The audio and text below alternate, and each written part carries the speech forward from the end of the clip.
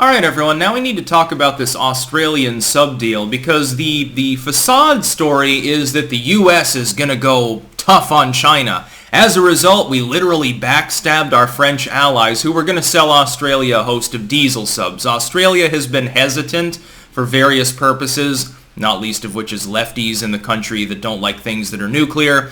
They've held off buying nuclear subs, and so they had struck a deal with France to supply them with a number of diesel subs, supposedly as a deterrent to China. The US and Great Britain, meanwhile, behind France's back without telling them, and the US has been spying on France now for years, so I don't know, at some point that alliance may fall apart. We need to look to the Anglosphere, I guess, at some point. I know that'd be considered politically correct, so I guess we have to ally with East Africa instead. Great strategery, say the globalists. We backstabbed them by getting the Australians to scrap that deal and buy nuclear subs instead. That's lucrative, and that's really what this is about. Do not be fooled. The propaganda of this story is essentially Bidenist in manufacture. Let me tell you why. This particular deal is being carefully brokered and presented to the public as evidence that the Anglosphere is solidifying against the threat of China. Can I ask anyone with two neurons to rub together, do you genuinely think that the current US administration, let alone the current British administration, wants to stop or contain or antagonize or thinks they'll have to defend against China? No. They're all globalists. They all roll around in the same piles of dirty money. They all engage in the same behavior. A lot of the US politicians involved with that policy making have rich donors who have huge amounts of industry, property, workforce, and stuff in China.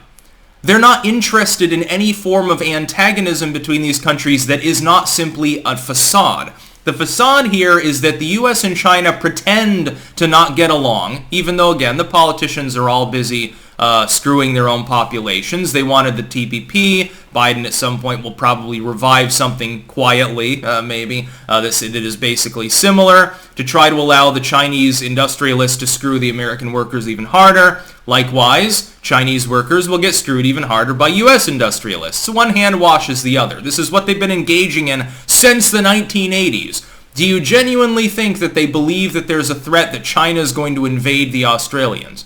They'd lose anyway. No, there's not. This is just an arms deal by the US and Great Britain to make money. And it happens to be useful because Beijing Biden and the British in some capacity are perceived of as weak and disinterested in containing China.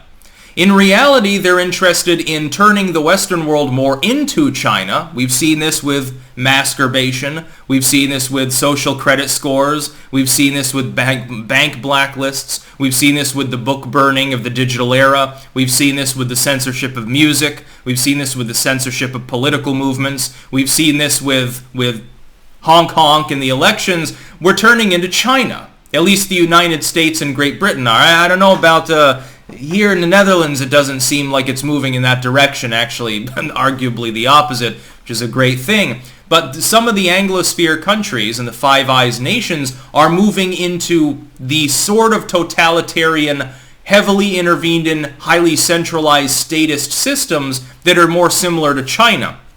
China, meanwhile, hasn't nudged. The whole goal of opening up to China was to draw them out of the dark ages of communism, give them Coca-Cola, and hope that they eventually became capitalists. Well, they made a facade of capitalism so that they could rob the Western world of wealth, but they stayed militaristic, authoritarian, and expansionist. And by the way, they are imperialistic. They're constantly ideologically threatening Taiwan, China being just West Taiwan with an illegitimate government anyway. They're constantly harassing the Vietnamese, the Filipinos. They're getting into it now with Japan. They get into it with even like nations that are economically allied, like India, through BRICS, of course. Big problem. But don't be fooled. This deal is an arms deal that happens to be ideologically, it gives China an advantage too, because now they can say, look, Chinese people, yeah, we know we have internal problems because our economy is showing signs of long-term strain, and the house of cards might fall down at any moment, but we need you to work harder and be even more stoic and patriotic, maybe make do with a little less, because there might be war with Australia. We're supposed to believe that, by the way. But the people in China don't have outside news, so they will. And people in the West will be more than happy to gobble up the idea that Biden, who is partially controlled by Beijing, by the way, through business deals with Hunter, makes sense, all of a sudden said, oh yeah, you know what I'm going to do? I'm going to send nuclear subs to an ally that shares those waters just to harass the Chinese. No, he's not. It's an arms deal. A lot of moolah. Yeah, of course they wanted to screw the French. They want, the US and UK decided they wanted to make that money.